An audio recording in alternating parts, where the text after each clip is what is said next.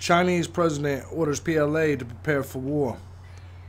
Now, before we get into this article, I want to say I touched on this it's been a few weeks, but I touched on the fact that China is potentially preparing for war. It has a lot to do with over there by Japan, Korea, something to do with borders, and I mean, more to do with airspace, military airspace than anything else. Now, what we got going on here is a situation that most Americans have dreaded for a long time. You know, of course, you got the people that just his balls is too big, and they're like, well, no, I don't care if we go to war with China or not. China, you know, we're the most powerful country on earth. You know, I want everybody to keep in mind, we had trouble with we still have trouble with a bunch of terrorists living in caves and shit. So the truth of this is the assumption that we could beat China, the assumption that the global elite will even allow us to beat China, is almost laughable. I'm not saying we can or can't, because I don't know. But just the automatic assumption is something that I've noticed when you talk to a lot of the so-called good old boys. You know, people that are just all about America. Let me make this clear. I'm very much into America. I love America. It's what allows me to be able to say what the fuck's on my mind. But let's be real here. Let's be honest with ourselves. There's always someone bigger. I'm not saying China is or isn't, because I don't, you know, I can't really make that assumption, make that statement without there already being a war. We've never went to war with China, and it definitely concerns me. Let's just say that. But anyway, we're going to read this article here. This is on Infowars.com by Paul Joseph Watson. Anyway, it says major changes in Beijing's national security situation. The recent spate of bellicose militaristic rhetoric emanating out of Chinese state media has continued in the form of a 7,500-word Xinhua editorial, which outlines how Chinese President Xi Jinping has ordered the People's Liberation Army to prepare for war. According to the summary of the editorial, China's Missing Action 2013 exercise was part of a move to deepen preparations for a potential conflict to ensure that the troops are ready if called upon, not only to fight, but to win. Obviously, they're preparing for something. Now, I'm not against people preparing for the possibilities, but for China to do this with all the recent issues, you know, I gotta hand it to them. It's smart on their behalf, but at the same time, we need to be a little bit more awake here in America and understand what's going on. I think when we have this Duck Dynasty and all this crap that's going on right now, I think what it's doing is it's being used as a distraction. And unfortunately, most of America is falling for it, because most of America is idiots, to be honest. They don't read, they don't write. All they do is walk around with their phones carrying all their information all day. Half America don't even have 5 phone numbers memorized, because all they do is push the button on their smartphone.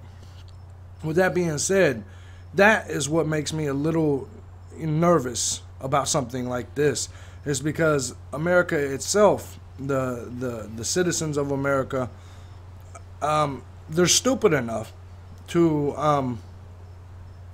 allow this to happen, allow this potential war to happen. Now, granted, the Truther movement was able to basically stop the Syrian war, which is beautiful. I'm glad we were able to stop that. But it doesn't mean that we're able to stop it all. I mean, this China thing could be big. It could be major. Anyway, let's continue on with the article. President Xi's increased number of visits to the PLA military zones over the past year are part of military reforms in order to prepare his troops in the event of war, the editorial stated. Now, I also want to kind of give a disclaimer here. I honestly don't know. It kind of may make me sound ignorant, but I don't know if it is President Xi or President Xi. I don't know how the hell they say that shit in China, so I honestly don't know. But anyway, we're going to continue on. The editorial cited the threats posed by Japan over the disputed Senkaku Islands, domestic terrorist attacks, and the increased U.S. military presence in the Asia Pacific. These issues have caused major changes in China's national security situation and warrant strengthening and weren't strengthening and increasing the battle readiness of the PLA. They're definitely getting prepared. I talked about this, like I said, a few weeks ago, and if you guys want to go back, you guys can see the video where I did talk about the possibility of a China war here with America, Japan, which I think all this will lead into a world war if it happens. I'm not saying it will or won't, but it's definitely something to be concerned with. As we have highlighted via its media mouthpieces, Beijing has recently engaged in a spate of announcements and commentaries that observers have noted for their aggressively jingoistic tone. After Chinese state-run media released a map showing the locations of major U.S. cities and how they would be impacted by a nuclear attack launched from the PLA's strategic submarine force. Follow-up reports bragged of how China's new H-6K strategic bomber can target U.S. military bases in the Western Pacific with nuclear missiles. Do y'all hear what that just said? I think this is what I actually did the report on. Is they aren't bragging that they can just blow us the fuck up. If that doesn't give anybody reason to for concern, I don't know what will. The most powerful nation on the earth other than us is actually talking about nuking us. Do y'all understand how serious that is? Y'all really give a shit about Duck Dynasty and all this shit right now? Seriously? I don't get it. I don't get it. Following discussion in state media about plans to turn the moon into a Star Wars style Death Star, which I think is bullshit, from which the PLA could launch missiles against any target on Earth, a display to promote China's Jade Rabbit Moon rover also included a background photograph of a mushroom cloud over Europe. Excuse me. Now, obviously, I think that's a little overdoing it, and that kind of makes me think that they may be bluffing. You know, I mean, when we get into dumbass talk about weaponizing the moon, I mean, yeah, it's possible, and if that happens, well, shit. But that just sounds too Star Trek-ish, too Star Wars for me, and I just don't. Maybe I'm naive, maybe I'm gullible, but the concept of weaponizing the moon just seems so far out there. But then again, so does half the shit that the global elite do. So does half the shit that we see. I never thought that a lot of things would happen, but obviously it's happening. Following discussion in state... Okay, we already did that one. Sorry about that. China is becoming increasingly irate over the United States' growing presence in the East China Sea, and recently retaliated by sailing a surveillance ship through Hawaiian waters for the very first time in an unprecedented and provocative move. Do you understand what that means? They're saying, okay, keep fucking with us. You people want to, break the rules? I'm going to break the rules. And in that sense, they're right.